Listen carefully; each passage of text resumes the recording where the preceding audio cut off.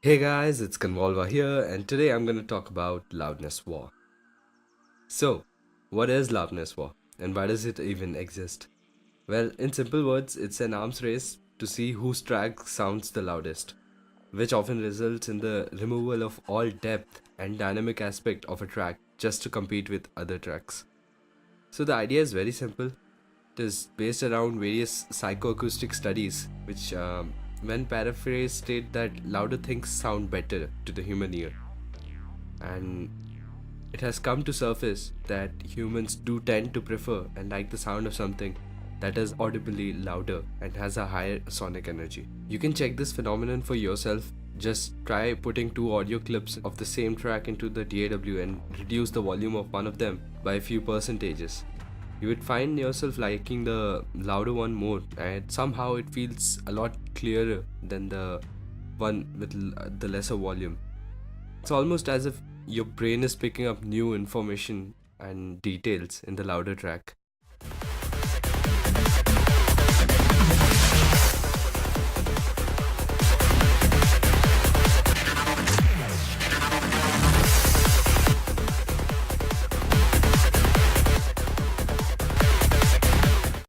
So, once people came to know about this, a whole new thing called as the loudness war began, where producers and artists all around the world would just constantly compress and sometimes even saturate their masters just to make their tracks louder than every other track in the industry.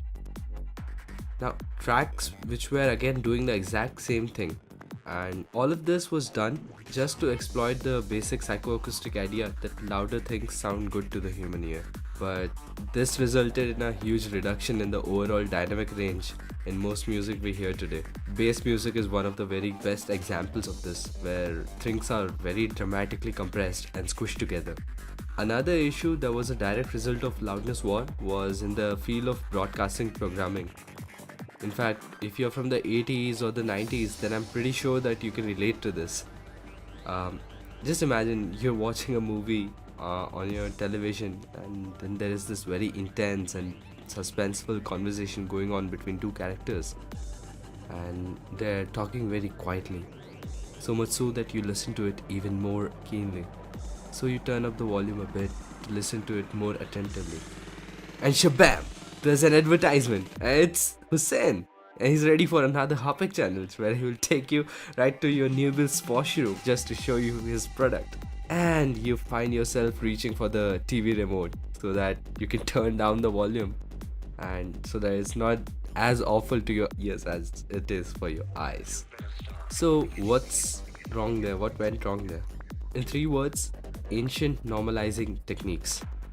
In those days, most platforms, including TV and radio, used to use a technique called as the peak normalization, in which the audio would be amplified only until the highest peak of the waveform hit a threshold value, which meant that if a waveform has a high dynamic ratio, then it would sound a lot quieter than something that has been compressed significantly more. So, whenever a commercial advertisement, which has been highly compressed just to compete with the other ads, shows up after a movie which has a high dynamic ratio, it would just blow away the viewer, making them manually turn down the volume. And this wasn't the fault of the big budget movie production teams themselves, as they were supposed to have a high dynamic ratio due to the presence of quieter parts with conversations and contrastingly loud sections with explosions and gunshots.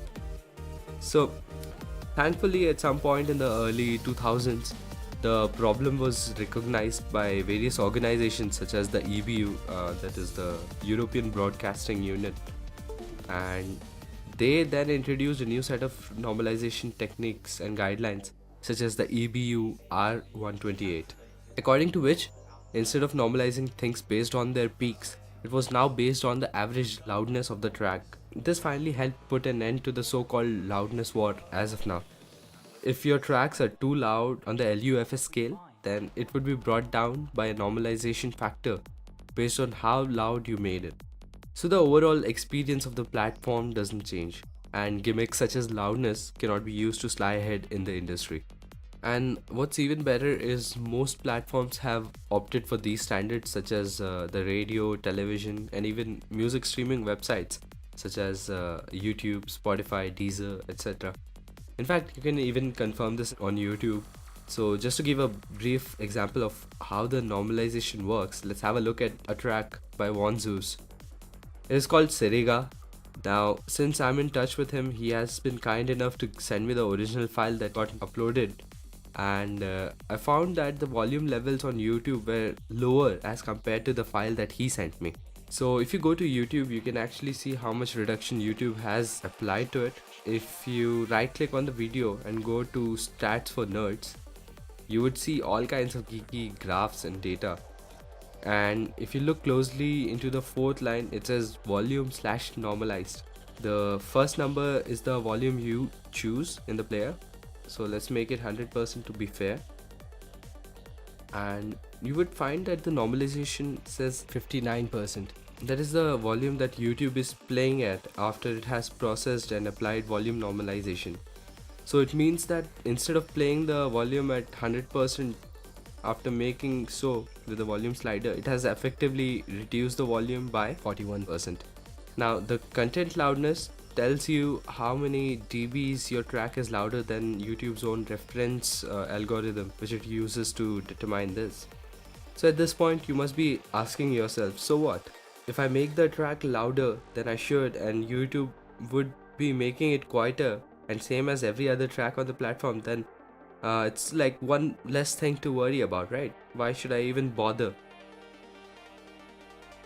It is a well-known fact that the more dynamic and less squished a track is, the better it will stand out on streaming platforms. This is because the punch of the track comes from the transients in the track, and once they are squished and compressed, they tend to sound a lot duller.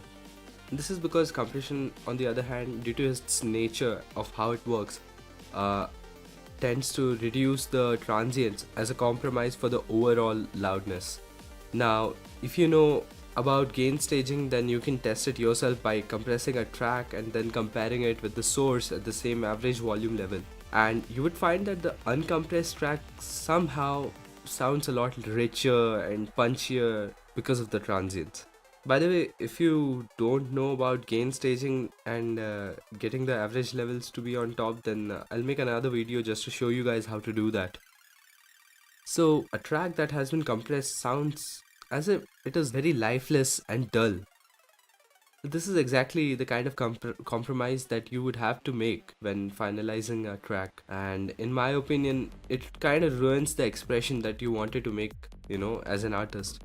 I believe your brain also has to work a lot harder to pick these subtle details that you might have added, and after compression everything seems to like get squished together, and I don't know, it just makes your brain work that much harder to pick these details when everything is in the same average volume level.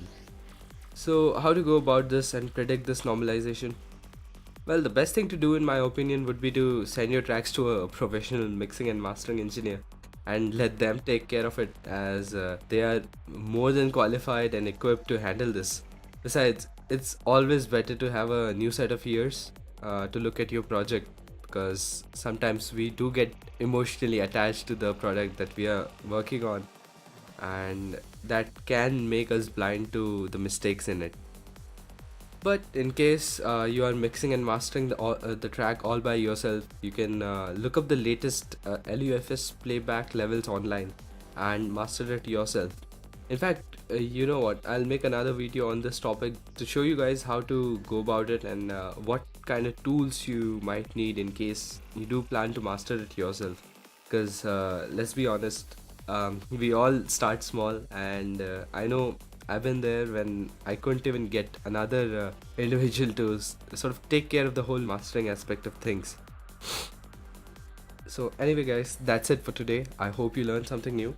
If you have any questions about this, then do let me know. I'll be sure to reply.